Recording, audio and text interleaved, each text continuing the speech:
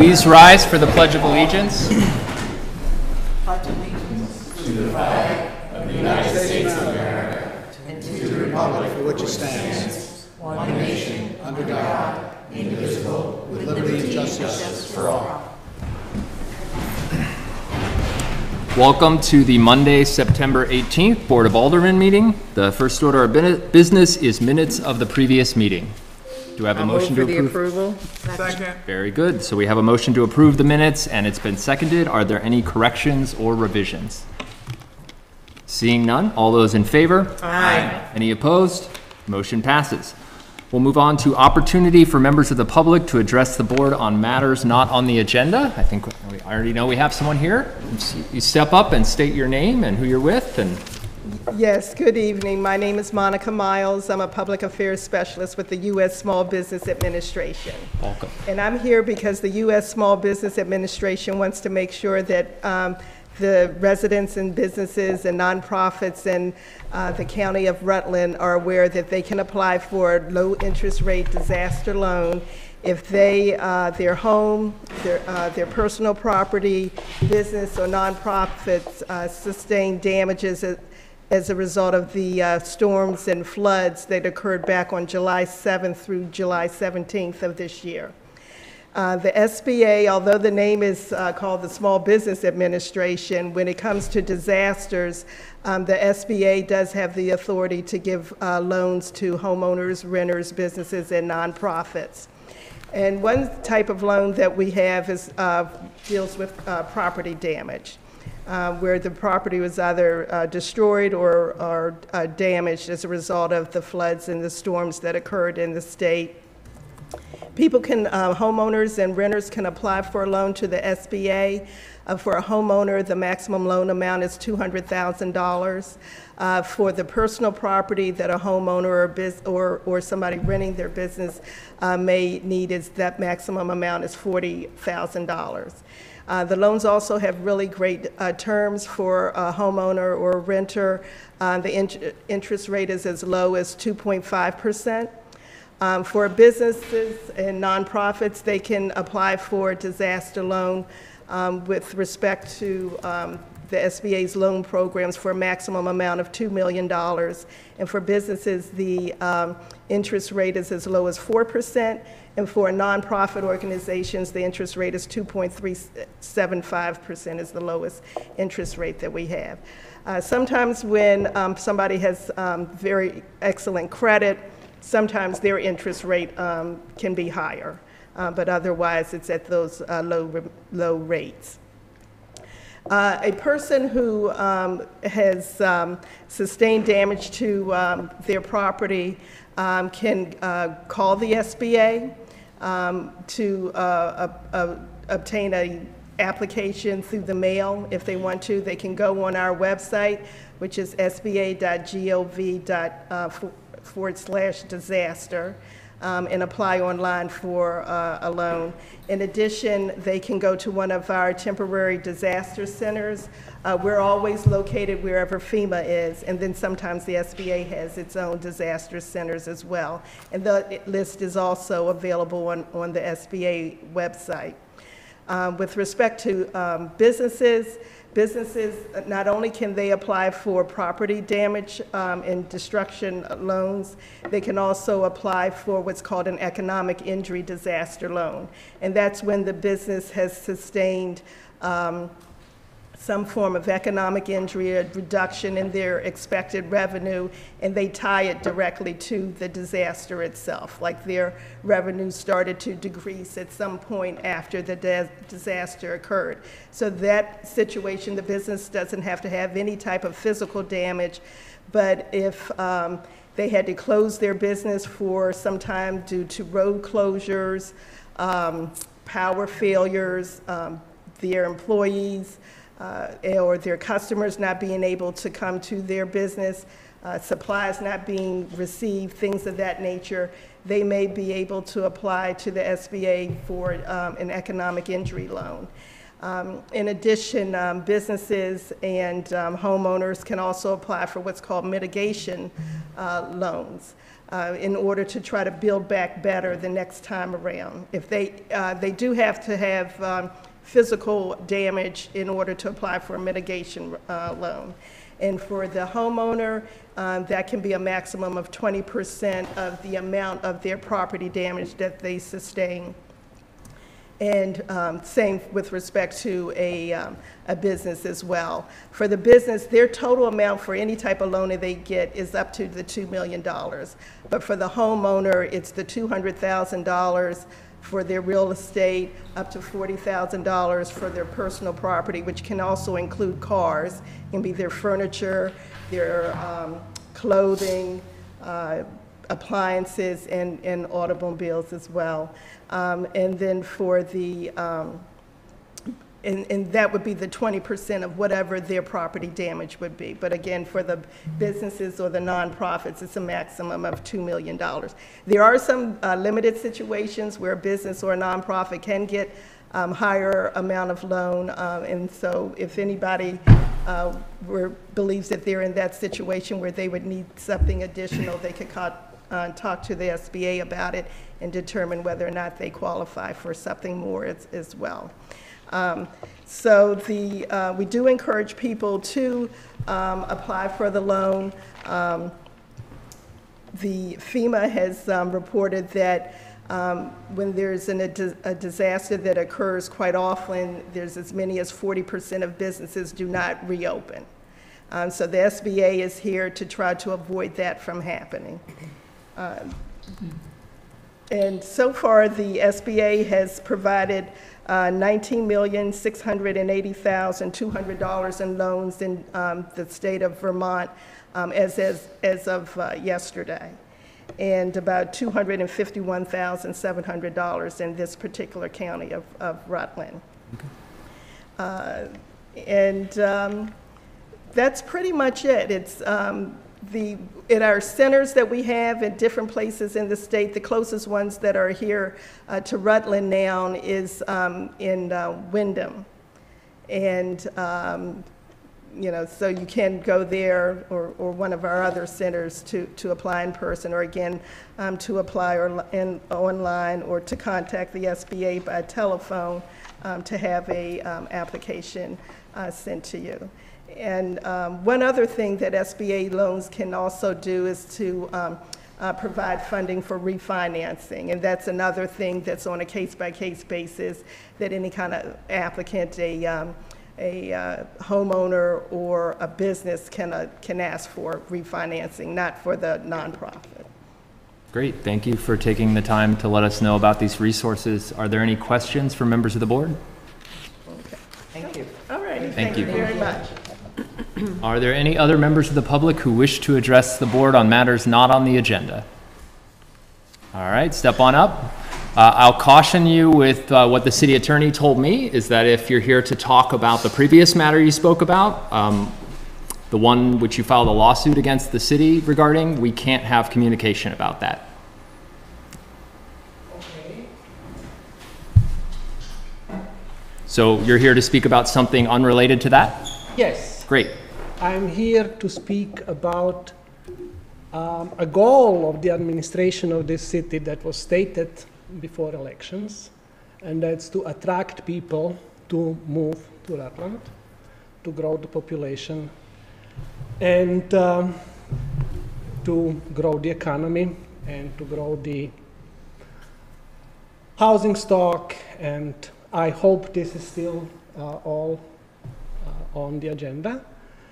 And I want to stress certain observations that I made since I moved here 30 years ago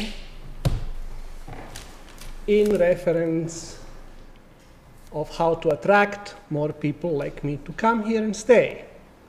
Well, I'm not going to refer explicitly to the matters at stake. I don't see the council here, but the entire atmosphere and the way how it was treated by everybody does not inspire in me somebody who will advocate to others of my friends to move here.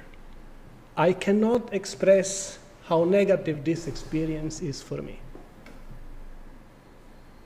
And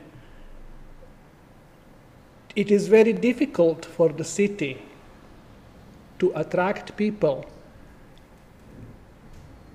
if somebody is here for 20 years and have something, and then suddenly this is disappearing, because nobody really ever explained me.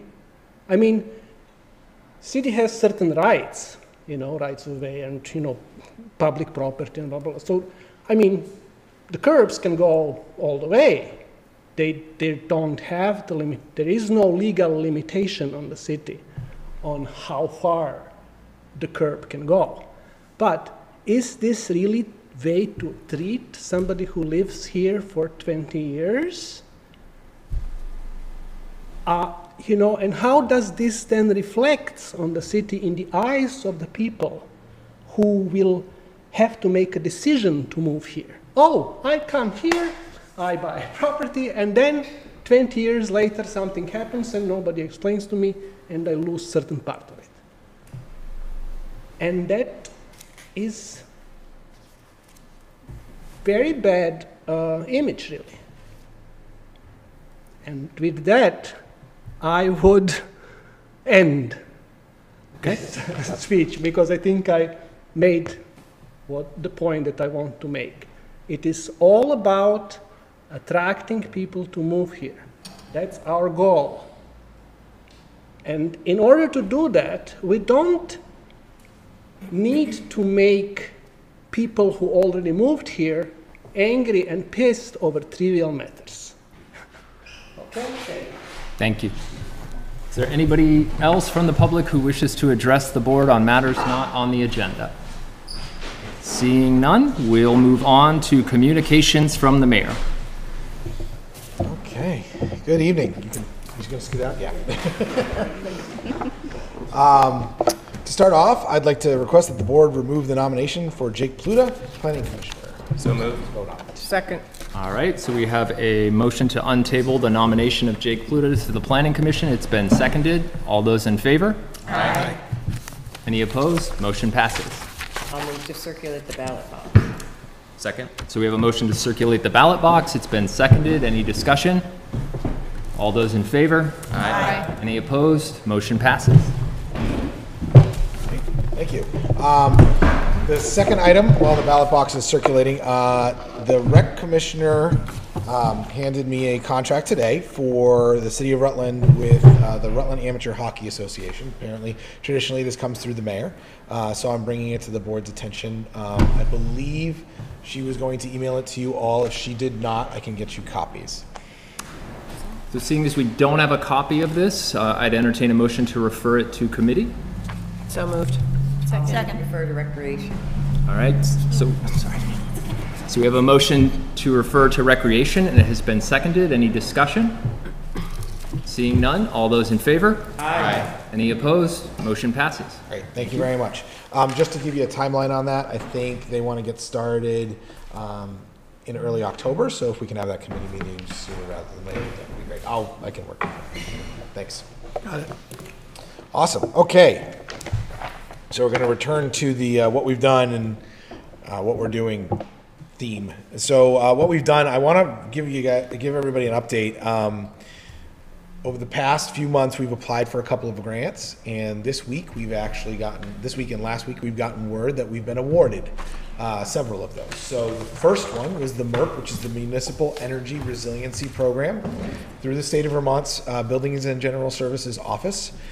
There were 3 tiers to this grant. We got the $4,000 early on for solar assessments that we decided to use that for. This is the second tier, which is building assessments.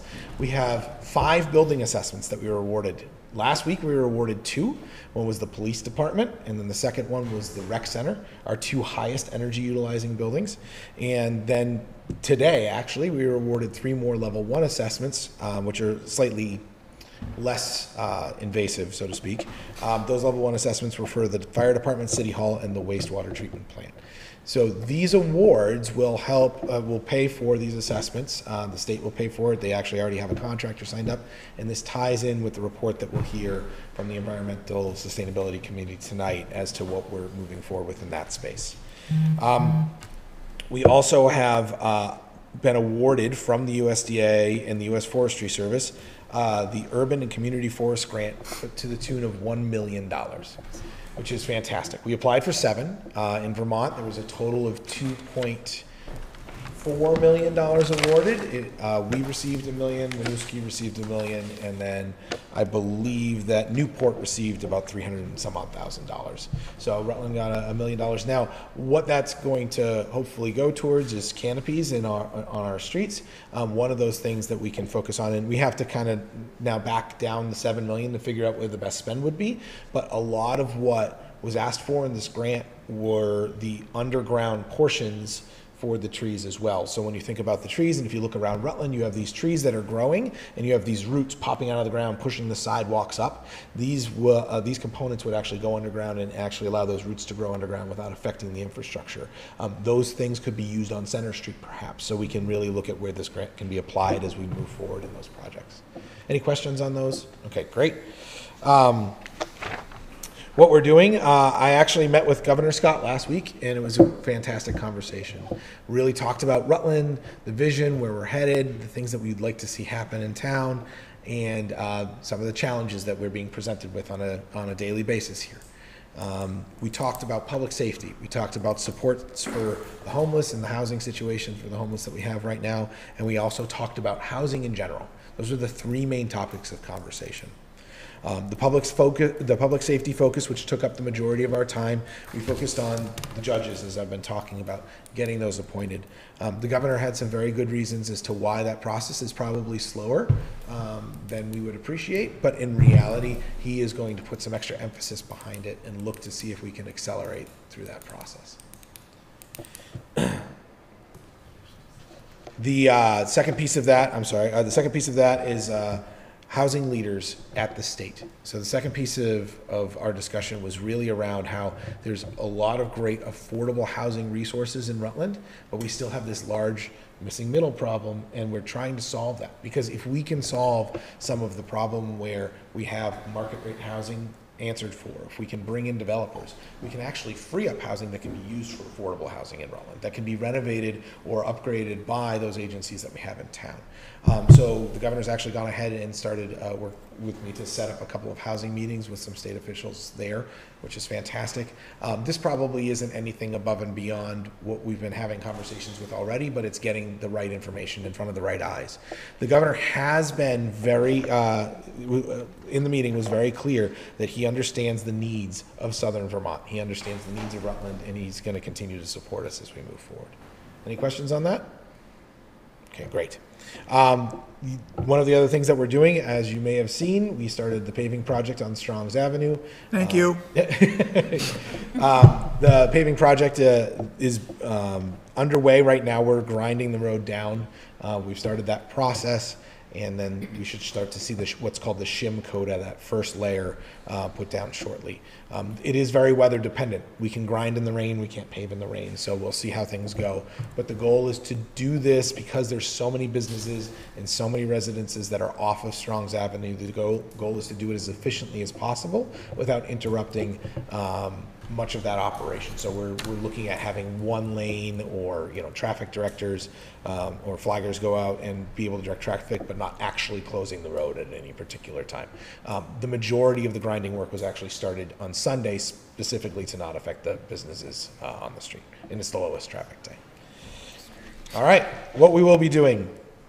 Coming up this week, I'm going to be meeting with the Regional Planning Commission, a couple of department heads, and FEMA, sorry, it's throwing me now, and Ed from the RRA, to discuss FEMA and state monies and how we can look at leveraging those, here in Rutland. Just like we heard from the SBA, there are funds available. Getting that information out is really important, but it's even beyond that. It's what can Rutland City do to help prevent issues like this in the future? Are there things that we can bring to our citizens, say on Clover Street, that will either take away the flooding altogether or provide them foundational elements that will keep them safe in those floods. So those are the discussions now. Those are the types of things we wanted to do early on, but there was so much going on with immediate recovery. Now's the time, and we're going to get to work on that. Second piece of that is we're going to be, with a similar group of people, starting the first steps on that Rutland Vision document, our 25-year look into the future. Very high level right now. I do believe, like I mentioned when we made appointments last week, that I made the appointment last week, that the Planning Commission will be a big piece of that, probably a critical piece, if nothing else, as we move forward. So we want to really understand what that's going to look like before we get started. Any questions? Alderman Gillum, and then Alderwoman Davis. You have something on FEMA. FEMA did some work in the last flood in Irene. They put some berms in on this side of Cleveland Avenue. It worked really well in the last time. It never came up to the height, but it did come up to the height on the other side on Earl Street. Maybe we need to do the same process over there. And then on Meadow Street Playground, maybe we can put some berms in there, so help that situation there. But it's my understanding next year we're under construction, we'll have these huge vaults that will help solve some of that overrun and take some of that on. But I think that's the part of the discussions. I think that worked really well on the berms. And Water Street didn't even get touched this time, and they had been in the berm all the way up there, worked really well. So Great, thank you for that feedback. So, the second part with the planning commission playing the role, our planning commission, city, So the Rutland Regional Planning Commission, right? Andrew, Ed, myself, and Maggie from the Regional Planning Commission is going to help us through that, as well as the. So is there any board representation? No, but I'd be happy to have one on there I if think you'd there like. should be. I don't know if it's John, if he's available, has that availability, as long as you're our rep to Rutland Planning Commission, Yes. correct? Yeah. Yeah, would you like to, if you'd like to do that, I'd be happy to have you. Absolutely. That'd be fantastic. Thank you for the suggestion. Great, so we got the results back, 11 yes, 0 no for Jake for the Planning Commission. Congratulations.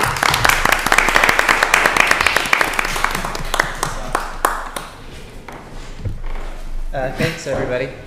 I was just looking at the seal, and I realized that my house was built when this was still a town, which I didn't know. So there will be a lot that I'll learn about the city through the process, and thanks for your confidence, and I look forward to serving. So, Thank you. Thank you.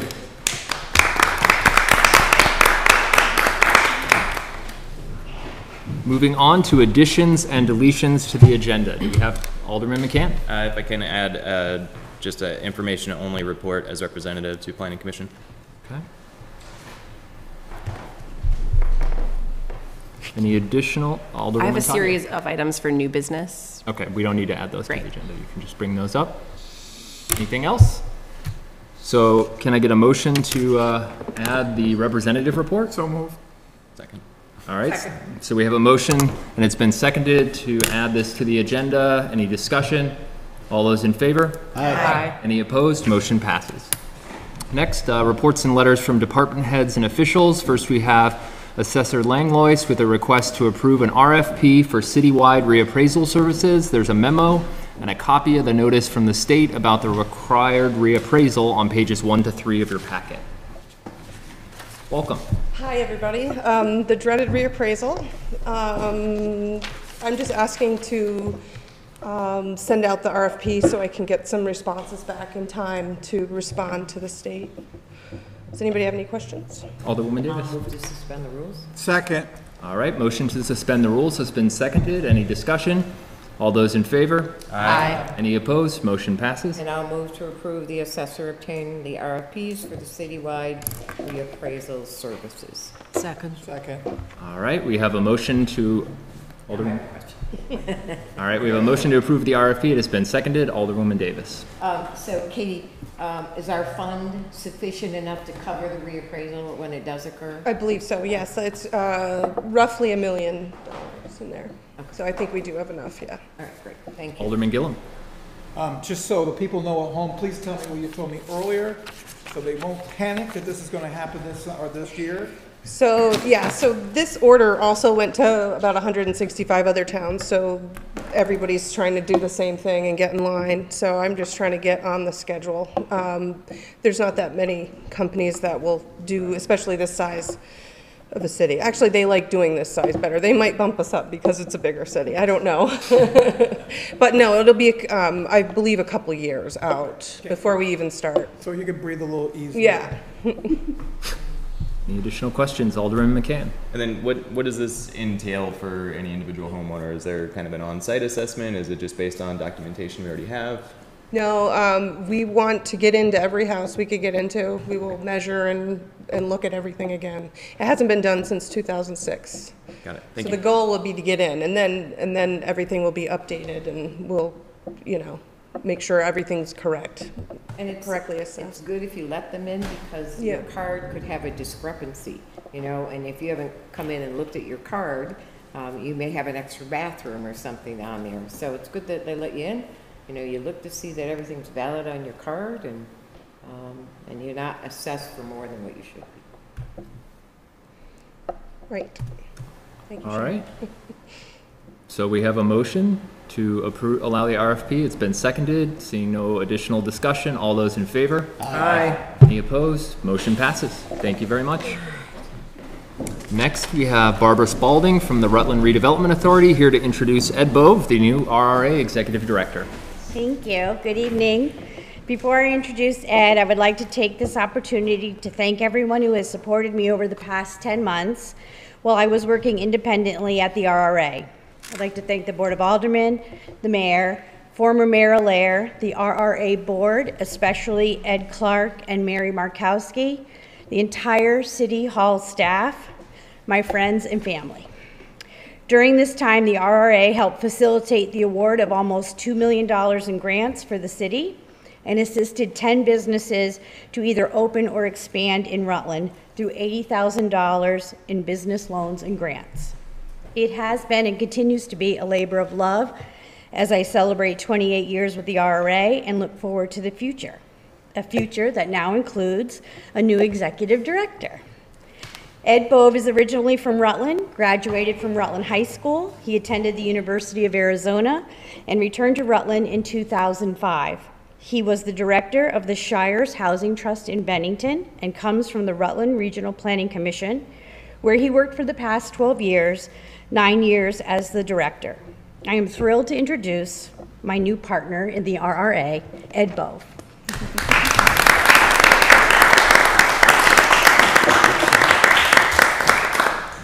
Thank you. Hi, everyone.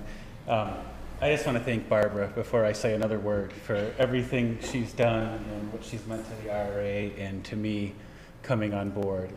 It's been a special last couple of weeks. I started 2.5 weeks ago, and she's just been fantastic. So everything she does is just amazing, and I'm so lucky to be partnering with her in this new position that I'm so excited to be doing. It's I've said before, when I was at the Regional Planning Commission, I would always be thinking about Rutland and wanting to do more of the work that I actually get to do now. So that's just so cool. I know a lot of people in the room already, some new faces, people I'm seeing again, and I just look forward to working with all of you.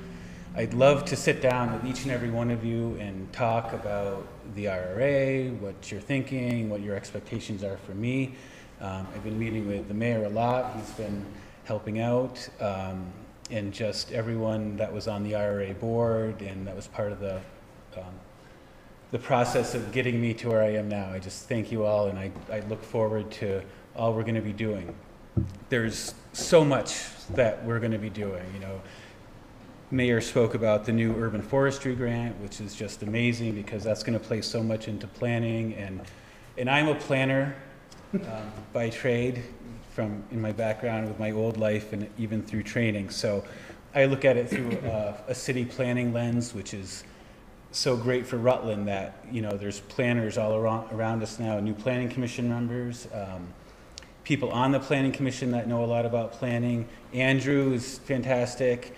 John, you and I have been talking a lot of planning on the planning commission walks. So I'm excited for the city that we're in this position right now, that we can do a lot of the great things and a lot of the projects that Barbara kept going, you guys started before that, and now we can continue. So I thank you all and look forward to working with everyone. Thank you. Thank you. Thanks.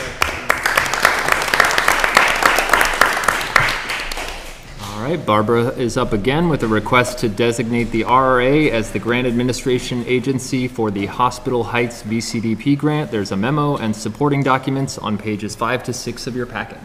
So you're not going to get rid of me that easy. So the city was awarded a $900,000 VCDP grant on June 13th to rehab Hospital Heights at 101 Mahoney Avenue. Currently, I'm working with Andy Miller to satisfy the grant award conditions.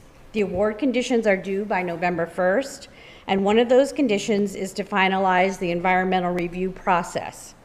Andy has predicted that the testing of the underground oil tanks at the site will be completed by October 16th. We anticipate that all of the remaining conditions will be met by then as well, so the city will not have to request an extension of time. The PM4 resolution to designate a public agency is another award condition, and this document assigns the grant administration for this grant to the Rutland Redevelopment Authority, and the RRA respectfully requests that the aldermen circulate the resolution for signature. I'll move to suspend the rules. Second. Motion to suspend the rules has been seconded. Any discussion? All those in favor? Aye. Any opposed? Motion passes. And I'll move to circulate the resolution to designate a public agency for signature. Second. All right, so we have a motion to circulate for signatures, and it has been seconded. Any discussion? All those in favor? Aye. Any opposed? Motion passes. Thank you. Thank you. Thank you for all you've done, Barbara. Much appreciated. Next up is reports of standing committees. We have Alderwoman Davis with a report from the Public Safety Committee meeting of September 12th, and this was placed on your desk. Thank you. I apologize that I labeled finance. So the Public Safety Committee met on September 12th at 5:30. The topics were camping on the city property, panhandling, and reestablishing the Board of Health. Committee members present were Alderman Tadio, McClure, and myself. Others present were Mayor Dunges, City Attorney Megan LaChance, President Talbot, Alderman Barbara Gallo, Officer Chris Rose, Richard Lee, Mark Foley, and Tammy Duclos from the Open Door Mission. The discussion surrounding the camping and city property, what numbers are we facing now, and what issues are being caused by the homeless sleeping downtown and in our city parks? Can we develop an ordinance that will prohibit this behavior? The mayor and the city attorney spoke about what we can and cannot do. If we relocate the homeless from these areas, we must provide them with a place to go. The ACLU has challenged many communities already on this issue, and the city attorney will research to date what communities have ordinance and have they been challenged. What is the state's responsibility was discussed, and what role will they play? Mark Foley spoke of the impact on the downtown as people were going to work, shopping, using the farmer's market, as people were rising from their tents. Is this the image we want our residents and visitors to see? Tammy Duclos spoke about the mission, currently has 51 beds and they are full to date. In an emergent situation, they can change their dining area to accommodate more beds. This issue will remain in committee for further information. Then we discussed panhandling. It provides the same challenges due to the ACLU. The city attorney will investigate the options that we have to control this activity. Lastly, we discussed the Board of Health. The city attorney provided the committee with a handout stating by charter, the Board of Health is made up of a health officer and 3 persons appointed by the mayor. The Board of Health is to enforce all the laws and ordinance related to public health. This includes all laws from Rutland, but also state and federal. I did find, with the help of the city clerk's office, the ordinance which was established or recodified, it's hard to tell, in 1996, with the Boards of Health's duties and responsibilities. The committee will have to see what is appropriate duties for the Board of Health as they exist now, as the ordinance talks about milk inspection, meat inspections, going to slaughterhouses, dealing with plumbing issues, which they would no longer do. It's all under state guidance. Let's see. As a motion was made to allow the mayor to appoint 3 members to the Board of Health with the names to be approved by the Board of Aldermen, and I so move. Second. So we have a motion. It has been seconded. Any discussion? All those in favor? Aye. Any opposed? Motion passes. And this issue will also remain in committee, and we adjourned at 6:15. Thank you very much. Moving on to reports of representatives, we have Alderman McCann with a report from the Planning Commission. Thanks. The Rutland City Planning Commission completed the first phase of its public outreach and education effort related to the ongoing work of updating the city's zoning bylaws.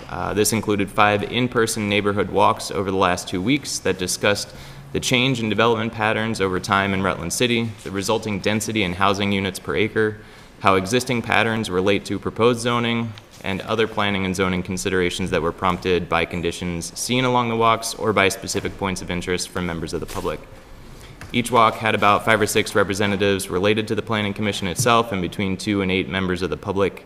The information from the walking tours, along with other details related to the ongoing zoning update, are expected to be available online soon at placesense.com/Rutland.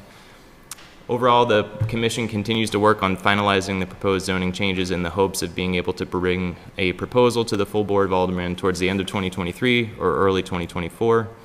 Of note are recent discussions related specifically to density and ensuring the proposed zoning accurately and effectively addresses recent state-level requirements. The Commission has reiterated the importance of having the city reassess its winter parking ban and greenbelt parking ordinances. Detailed notes on the discussions had at Planning Commission meetings continue to be made available by Barbara Spaulding if anyone would like more information, and this report is for information only. No action is currently needed. Thank you very much. Alderman Gillum. Question, could you add to your little game plan? It seems to be we're having some serious problems here lately where people are not rolling back their trash containers and leaving them on the curb all week long. And that's becoming a real problem because people are hitting them, kids are knocking them over, and it becomes a blight on the community. I was just wondering maybe that's something you can add to the zoning or the rules, the bylaws, whatever, that people should put them away after the Casella or others collect them. But some of the landlords are not enforcing that rule. Somehow we need to put some teeth in that. If you would, please. Alderman McCann. It sort of being new to zoning and all that, my understanding is that probably wouldn't fall under zoning. We as a board might be able to put something in the ordinances that requires that. But you know, the way the zoning is being written has to do with the types of buildings, some of the types of uses, the number of units that can be included, but I don't know that it has say over how people manage the items on their property. And so, you know, we have ordinances for parking and ordinances for, you know, keeping our yards clean and things like that, but I don't know that those fall under zoning. If I may, one more question. Don't you put like a statement in that document saying that should be encouraged? I don't know. I'd have to ask about that. Okay. I know that we did have a member of the public who came with a concern about their neighbors and trash cans. Mayor Dunges? Yeah, I'll also, we'll take a quick look into the ordinances, see if there's anything in existence already, and if there is, we can emphasize that. If not, then John and I can work with Andrew to figure out what the best method is. It's just becoming a trend all of a sudden. All of a sudden it's happening and people are just leaving them there. So it's too bad, so, yeah. Alderwoman Davis? So, John, Alderman McCann, excuse me.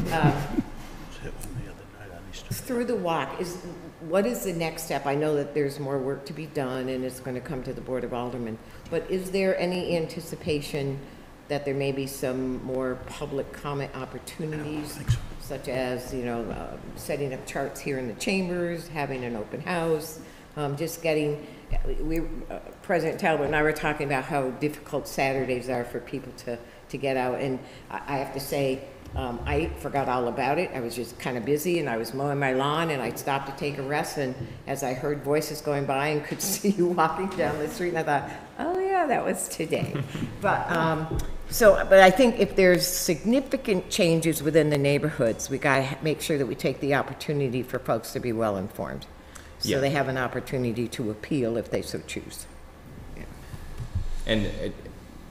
And the one thing I know for sure is that information is going to be made available through the contractor's website, that placesense.com/Rutland. I know not everybody will have access to that, but as maps and documents become available, that'll give people with access sort of the most amount of time to be able to digest it. You know, I think they plan on having a live map where you can zoom in, look at your property specifically, click and get the information about current zoning and proposed zoning.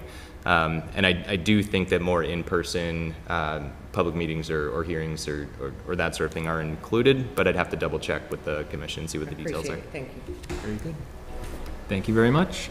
Next, we're on to reports of select committees. First, we have Alderwoman Tadio with a report from the Human Resources Committee meeting of September 6th. This is on page 7 of your packet. Committee members present were myself, Alderwoman Davis, and Alderwoman McClure. Others present were Mayor Dungus, President Talbot, Attorney LaChance, Alderman Coupoli, Alderman Barbagallo, and Treasurer Markowski. The meeting was called to order at 5:32 p.m. The topics were the creation of a code of conduct for Board of Aldermen members and ways that Rutland City can include more diversity, equity, and inclusion in hiring processes and in trainings for city staff. The committee discussed creating a code of conduct for the Board of Aldermen and for the mayor. The committee determined we need a code of ethics, including a conflict of interest policy, and that we should create both a code of ethics and a code of conduct. Both topics will remain in committee, and Attorney LaChance and myself will continue to work on these documents and present drafts at a future Human Resources Committee meeting. No action was needed by the committee on this topic at this time. The committee next discussed ways that the city can continue to fulfill its commitments under the Declaration of Inclusion. Suggestions included advertising open positions and ways to attract more diverse applicants, and mandating implicit bias training for city staff, including police, fire, recreation, and Department of Public Works. Attorney LaChance mentioned that all of these are union contracts, although separate some of rec, and that we could create an individual memorandum of understanding or wait until the contract is up for renegotiation. The city is currently in the process of replacing its human resources director, and the committee determined that it will wait until the city has a staffed HR department to implement new trainings. Implicit bias training, sexual harassment training, and other human resources department-related changes will remain in committee until Rutland has a new HR director. This report is for informational purposes only. The meeting adjourned at 6:11 p.m. Thank you very much. You're up again with a report from the Environmental Sustainability Committee meeting of September 7th. This is on page 8 of your packet. Committee members present were myself, Alderman Barbagallo, and Alderman McCann. Others present were Dean with Johnson Controls, Mayor Dungus, President Talbot, Scott Mangan from the Fire Department, and Ted Plemons from Rutland City Public Schools. The meeting was called to order at 5:30 p.m.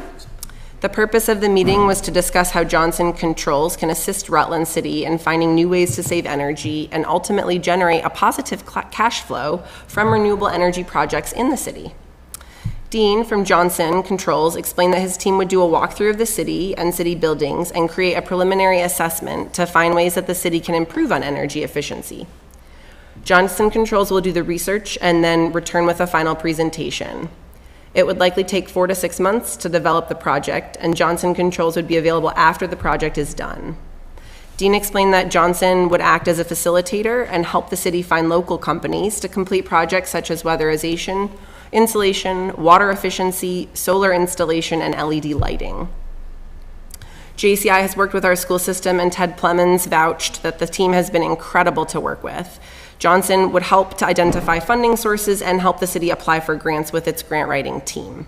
If the timeline works out, the city could expect to see energy efficiency projects beginning around the city as early as April or May of 2024. Alderman McCann made a motion to authorize the city to work with Johnson Controls to create a preliminary assessment of Rutland City with the results to be presented to the Environmental Sustainability Committee. The motion passed 3-0, and I so move. So we have a motion. We have a motion. It's been seconded. Any discussion?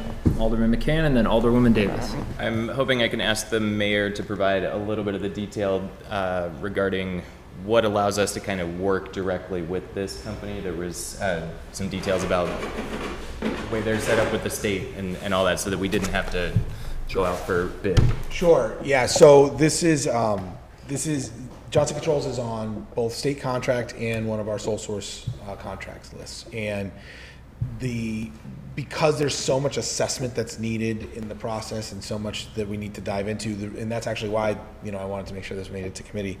We want to make sure that we're doing this the proper way. So to answer the question, the idea is that even though they are on sole source and even though we could go directly to them, having that conversation, making sure it's open and transparent is really important. Thank you. So my question is cost and money would come from it, and I'm assuming those grants? So the grants will help reduce the cost if we go to do something, right? If we choose to execute, because we'll But have. is there a cost for the study? Not right now. So Okay. right now, this preliminary assessment will get us to a point where we'll be able to say, okay, if we want to move forward, here's a project we can move forward with, and this is the cost. As part of that project, there'll be something called a work plan.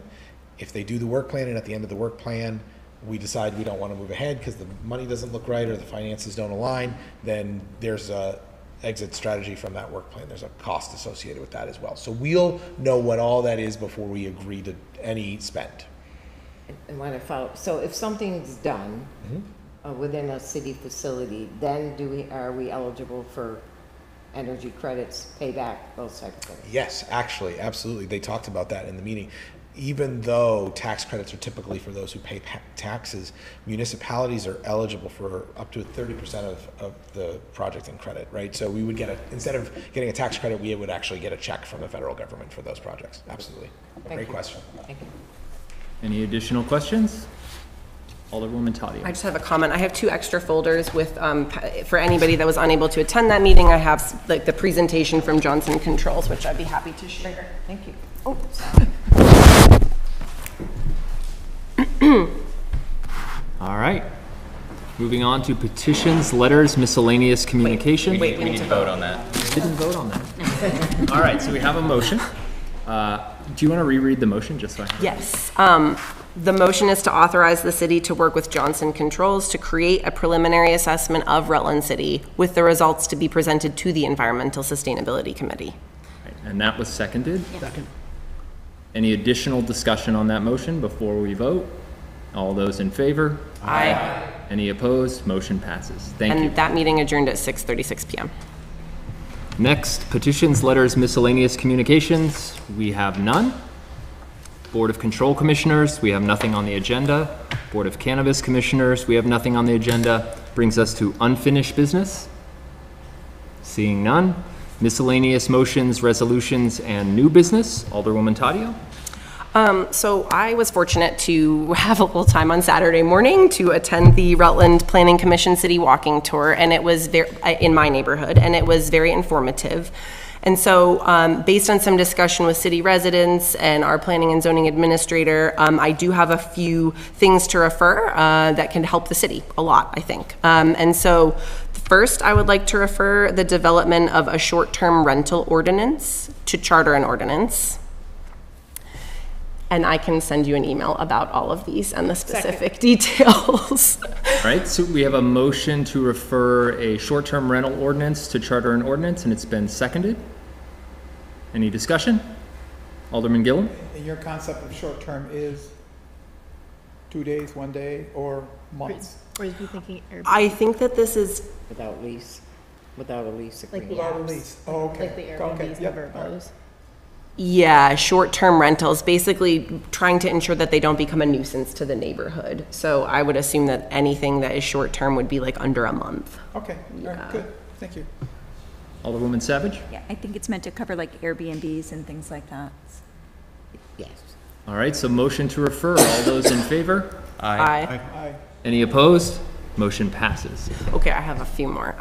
So I would also like to refer the development of a road and driveway ordinance that includes enforcement measures relating to the Greenbelt, and I would like to also refer that to charter and ordinance. Second, definitely. I just. Alderwoman Davis. I'm a little confused. So we're talking about parking on green space, city green space? Is that what we're talking about? Correct. So technically, Greenbelt parking was referred to charter and ordinance last year, but so this would be it would be the development of a road and driveway ordinance, sort of, I think, expanding language that would help us to enforce preventing people from parking on the Greenbelt.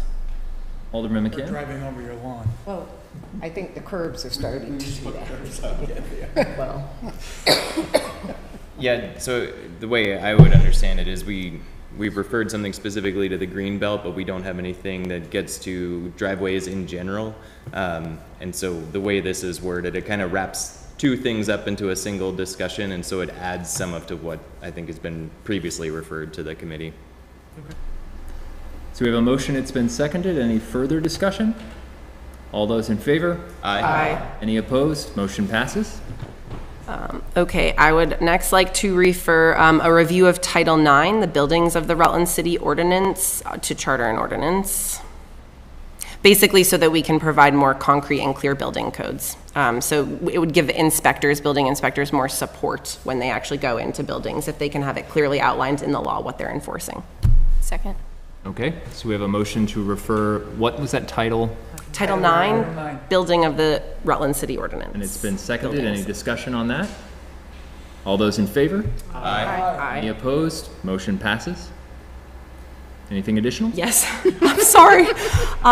This sort of a little bit goes to what we just talked about, but also would like to refer to Charter and Ordinance requiring landlords to register their rental units. Okay. So I'll second for debate. Sure. Alderwoman Davis. Just, register with whom? The city? Yeah, with the city, correct. Say that I have a 4-family and I have 3 rented, is that type of thing are we looking to see? So that I guess what purpose am I registering? So let me read to you what was Okay, brought that's to my helpful. attention. Okay. So this would help the city for numerous reasons, including the collection of valuable data for grant and funding applications, soliciting contact information for the emergency response team so that they would have a contact number on site in case they're responding to emergencies, and then also to ensure that there's no development occurring with permits. Without I don't know what he means.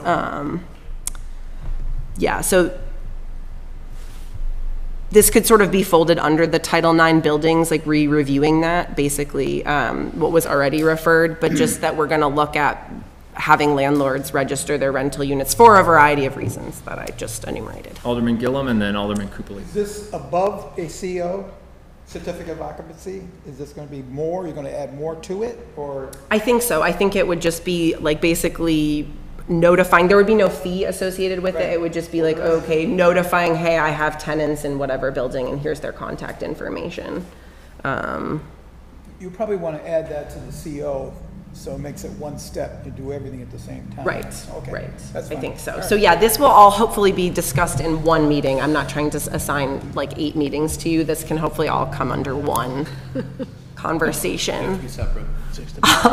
Alderman Coopoli? Yeah, my question was in reference to fees, No registration fees. that was not part of the referral, but feel free. All right, so we have a motion to refer this. It's been seconded. Any additional discussion? All those in favor? Aye. Any opposed? Motion passes. And and I would also like to refer the vacant buildings ordinance to Charter and Ordinance. It needs to be re-examined to see if there are other enforcement mechanisms that could be added. So I would like to refer that to Charter and Ordinance, and then I have a secondary referral based on that after. Okay. Second. So we have a motion to refer the vacant buildings ordinance to Charter and Ordinance for discussion. It's been seconded. Any discussion? I'd like to add, if the maker of the motion is agreeable, the blighted buildings as well. I know we have a blighted property, but at some point we have to roll the dice. At some point we have to take a blighted property, what the ordinance says, we can take it. And at some point we have to try it, and we've not tried it. So I think we should rediscuss the fact of the blighted property ordinance as well. Accepted amendment. Thank you. Does the seconder accept? Second. Okay. Who was the original seconder? She was. I think it was me. Okay. So I'm good with it. All right. All those in favor? Aye. Any opposed? Motion passes. So then pertaining to this, I would like to refer to the Finance Committee, the discussion of a possible fee schedule for vacant buildings. So, and this is modeled off of how other towns implement these sort of things. But for example, your building is vacant for a year, $100. By the second year, maybe it's $200. Maybe by the 10th year, it's $16,000, whatever it is, but so that people will not leave their buildings vacant. So we have a motion to refer that to Finance. It's been seconded. Any discussion? All those in favor? Aye. Any opposed? Motion passes. And then this is not a referral, but this is to steal your words, for the viewers at home, in case people are wondering about the winter parking ban, that is currently in the traffic committee. So just so that everybody is aware that we're trying to address all of these issues that have been brought before the board, and yeah, thank you, Carrie. That's all. Any additional miscellaneous motions, resolutions, and new business? Alderwoman McClure. Thank you. So much like Alderwoman Tadio and Alderman McCann, I had the pleasure of partaking in the walking tours on Saturday. I was very happy to be able to do both the 10 a.m. and the 1 p.m. Something came to my attention and warranted a conversation amongst the members of the group at the 1 p.m. So this was over in the Harrison Avenue, Cleveland Avenue, Library Avenue area. The conversation that came up was the ownership of a vacant lot on Library Avenue at 113 Library Avenue. An individual in the group actually pulled up Parcel Viewer and took a look and saw the city of Rutland owns this empty parcel with grass that has grown over the 10-inch ordinance in Rutland City, with discarded garbage and trash and all sorts of other fun things hanging out in that tall grass. The conversation had within the group then made its way down the line back to me, being a local official on the walking tour. And I was approached by individuals in the group asking what the city could do or what the city would entertain to do with this vacant space in this neighborhood. I personally lived in this neighborhood shortly before I was elected. I'm very familiar with the layout of this neighborhood. It's a lot of families. It's a lot of families with small kids. It's a lot of families with small kids who don't have much to do after school if they're not already enrolled in after-school programs. Because of this, I would like to refer usage of this space to the Recreation Committee to open up a discussion about what we can do to help benefit the families in Library Avenue in this neighborhood with this piece of vacant space. The first thing that came to my mind was a community garden based on the location, and by the looks at how well the grass is growing, the soil looks to be pretty good. Alternatively, due to the size, doing my own little guesstimates, it looks like it could also be potentially a good fit for a community basketball court that could work in tandem with the Baxter Street Corner Park just about 100 feet down the road. So Alderman Gillum, I would like to, and Board President, I'd like to refer this to the Recreation Committee. Second. So we have a motion to refer to Recreation. It's been seconded. Alderman Gillum and then Alderwoman Davis. Number 113 Library Avenue. Alderwoman Davis? So, this orientation, is that between Pine and Baxter? No, it's right after Harrison. So it's between Harrison and Baxter. Oh, okay. So it's right in between two different multifamilies. Again, both with lots of things that look like children live there in the neighborhood right there. And it just seems like it would be a good add to the neighborhood. Again, having lived in the neighborhood, it's a lot of families. They deserve something nice. Any additional discussion? Alderman Gillum? I just want to make it clear to the people why I wasn't there, because a lot of people called me and asked me why I wasn't there for that tour, because I was out of town dealing with kids for that day. So the kids were a little higher priority than that issue, so I would have been there if I was in town. Very good. All those in favor of the referral? Aye. Any opposed? Motion passes. Thank you. Any additional miscellaneous motions, resolutions, or new business? I'll move to adjourn.